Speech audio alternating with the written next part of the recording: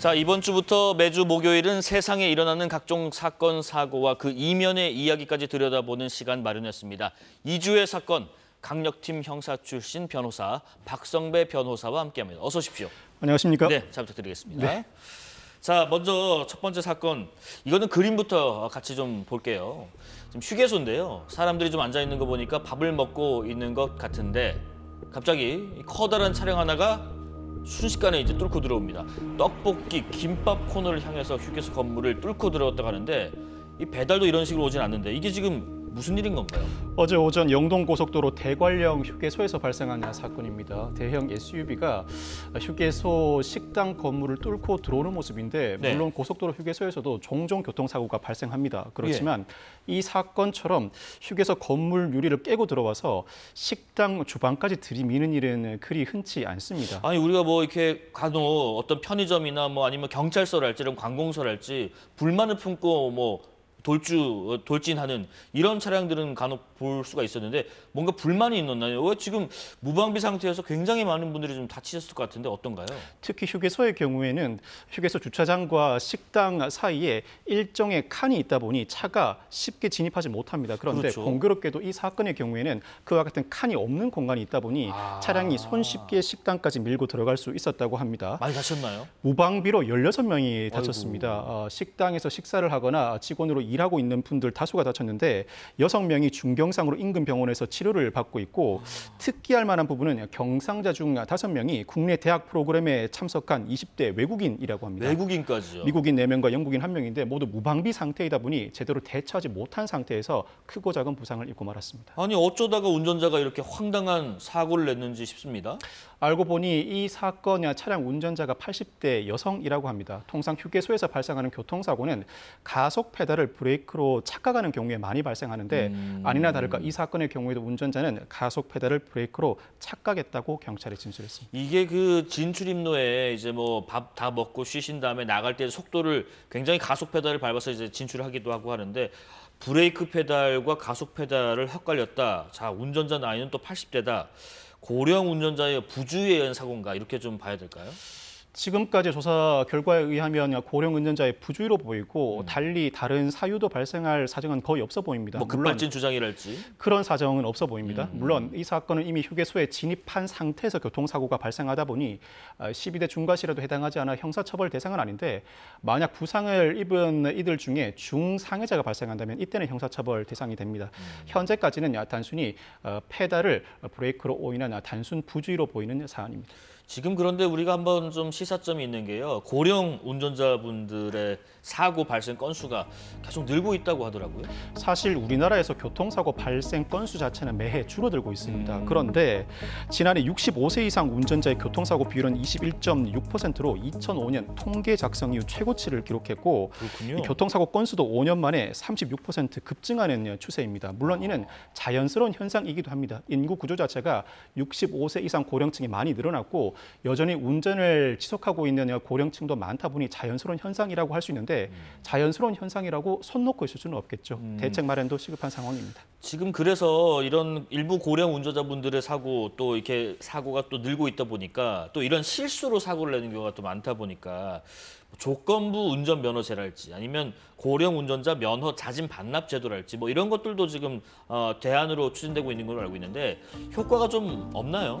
고령 운전자의 운전 제한은 난제 중에 난제입니다. 물론 이분들 반응 속도가 늦다 보니 사고 유발 요인이 잠재해 있긴 합니다만 반드시 운전이 필요하신 분들도 있고 그렇죠. 모든 고령 운전자가 교통사고를 쉽게 일으킨다고 보기도 어려운 측면이 있습니다.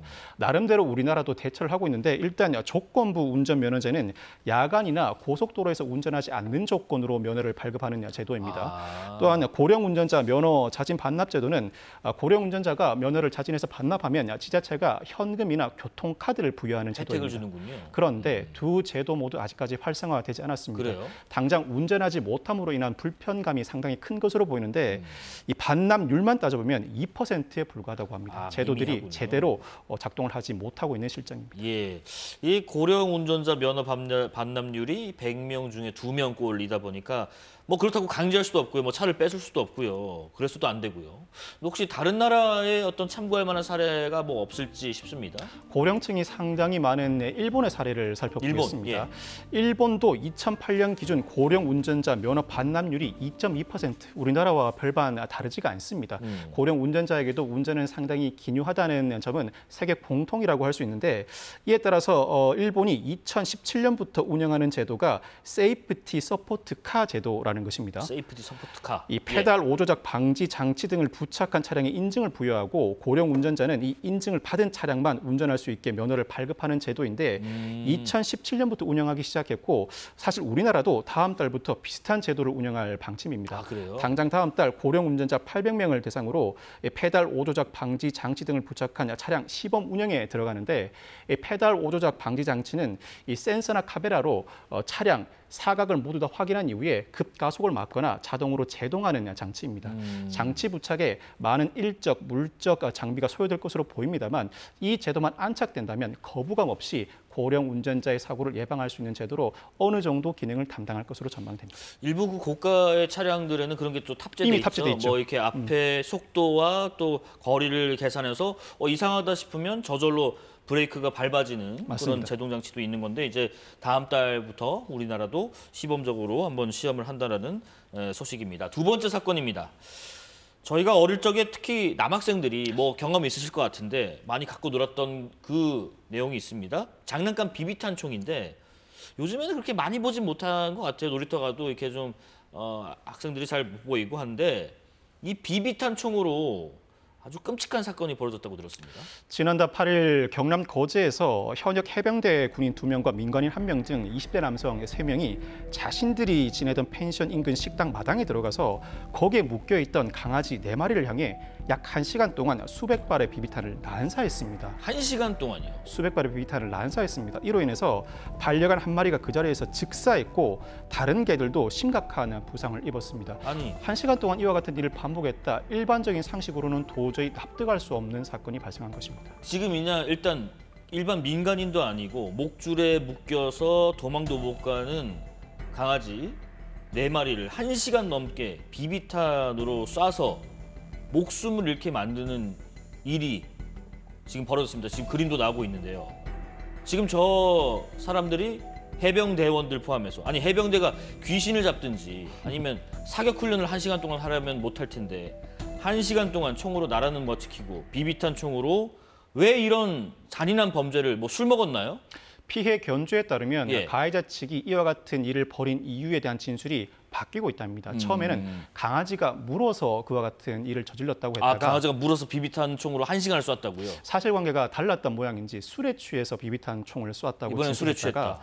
마지막으로 들은 이유는 강아지의 반응을 보고 싶어서 비비탄 총을 쏘았다는 것입니다. 즉 아무 이유 없이 이와 같은 행동을 했다고 봐도 무방한 상황입니다. 강아지 반응이 왜 궁금합니까? 당연히 아프겠죠. 사람하고 똑같겠죠.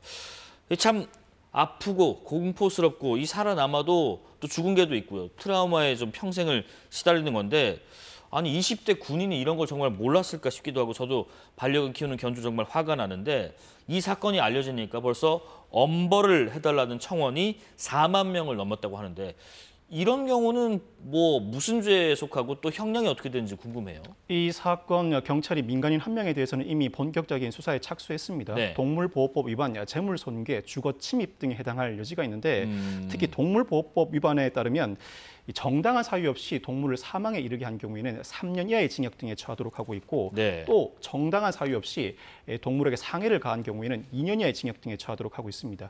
주요 사건의 경우에는 이미 양형위원회가 양형 기준을 마련하는데 동물보호법 위반에 대해서도 양형 기준이 마련되어 있습니다. 이 양형 기준에 따르면 이 사건은 아무런 이유 없는 범행으로서 비난할 만한 범행 동기가 포함된 사건인데다 상당히 장시간에 걸쳐서 비비탄을 난사하는 잔혹한 범행 수법을 사용했습니다. 이 양형 기준에 따르면 단순 벌금형을 넘어서서 징역 1년 정도가 선고될 것으로 전망되는데, 이 사건 가해자들이 그동안 선례에 비춰 볼 때 어떤 생각을 가지고 있는지는 모르겠습니다만 예.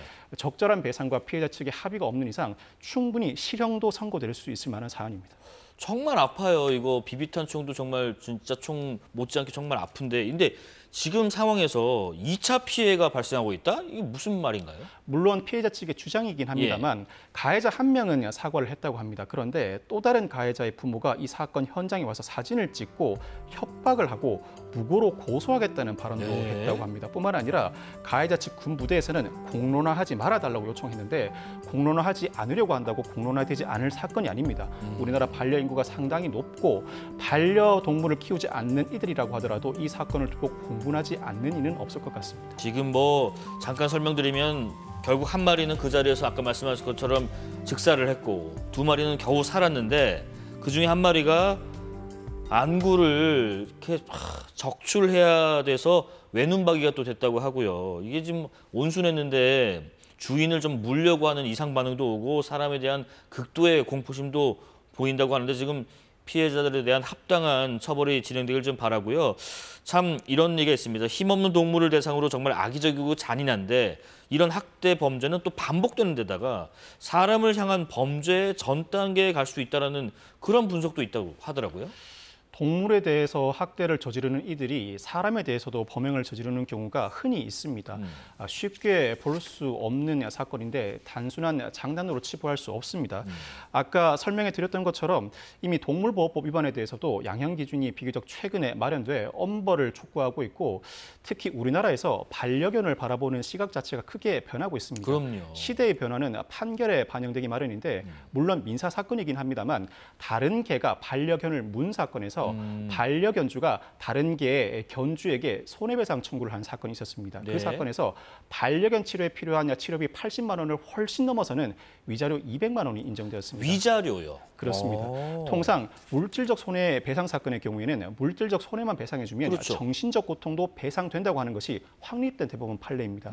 그런데 이 사건에서는 반려견 치료비 외에도 위자료를 훨씬 더 크게 높게 책정했다는 취지는 단순히 물질적 손해배상 사건으로 보기 어렵다는 법원의 시각이 깔려 있는 것입니다. 즉 반려견은 이제 물건으로 볼 것이 아니라 특히 이 사건의 경우에는 모든 가족들을 잃고 이 반려견과 여러모로 정신적 교감을 한 사건이긴 합니다만 단순 물건이 아닌 우리의 가족으로서 바라보는 시각이 크게 자리 잡고 있고 법원도 이를 받아들이기 시작했다는 것입니다. 그렇다면 이와 같은 사건에서 형사사건 재판부도 그 시각이 다를까? 그렇지 않아 보입니다. 네. 마치 사람을 해친 것과 유사하게 상당히 중한 형이 내려질 가능성이 높아 보입니다. 말 그대로 이제는 애완견이라고 잘 안 부르고 반려견이라고 많이 부르죠. 시사하는 바가 있는 것 같습니다. 마지막 사건 간략하게 짚어드리겠습니다. 어젯밤에 일어난 안타까운 소식인데 부산 기장군에서 화재 사고가 아파트에서 있었는데 지금 보시는 것처럼 그런데 어린 자매 2명이 숨졌다고 해요. 나이가 6살, 8살밖에 안 됐다고 하는데 이거 최근에도 이런 일이 있었잖아요. 어제 오후 10시 58분경 부산 기장군 6층 아파트에서 원인을 알 수 없는 불이 나서 현장에 있던 6살, 8살 자매가 숨졌는데 부모가 야간 점포 일을 나간 것으로 보이는 상황입니다. 네. 뿐만 아니라 지난달 24일 오전 4시 15분경에는 부산 진구의 아파트 4층에서도 역시 불이 나 7세, 10세 자매가 숨졌는데 이때 역시 새벽에 부모가 모두 일을 나간 상황이었습니다. 현행 소방시설법에 따르면 6층 이상 모든 건물에는 스프링클러를 설치하도록 하고 있는데 이 아파트들이 설치된 1990년대 초반에는 16층 이상, 2000년도 초반에는 11층 이상에만 스프링클러를 설치하도록 의무화돼 있다 보니 화재가 발생한 두 아파트에는 스프링클러가 설치되지 않았고 이로 인해 결국 안타깝게도 자매들이 모두 사망에 이르고 말았습니다. 아유, 참 안타깝습니다. 그러니까 두 화재 모두 부모가 집을 비웠고 하필 그 시간이 심해였고 잠깐 사이였고 해당 층에 스프링클러도 없었다는 그런 공통점이 있었던 사건까지 저희가 전해드렸습니다. 자, 2주의 사건 강력팀 형사 출신 변호사 박성배 변호사와 함께했습니다. 고맙습니다. 감사합니다. 자, 비가 언제 왔었나 싶은데 벌써 제주와 남부지방은 장마가 끝났다고 합니다. 중부지방은 비가 올 수도 있다고 하는데 당분간 체감온도 33도 내외의 폭염을 대비해야 할 것 같습니다. 재난방송 주관사로서 조만간 이상기후 관련해서 자세히 진단해보는 시간도 마련해보겠습니다. 7월 3일 목요일 사사건건은 여기까지입니다. 시청해주신 여러분 고맙습니다.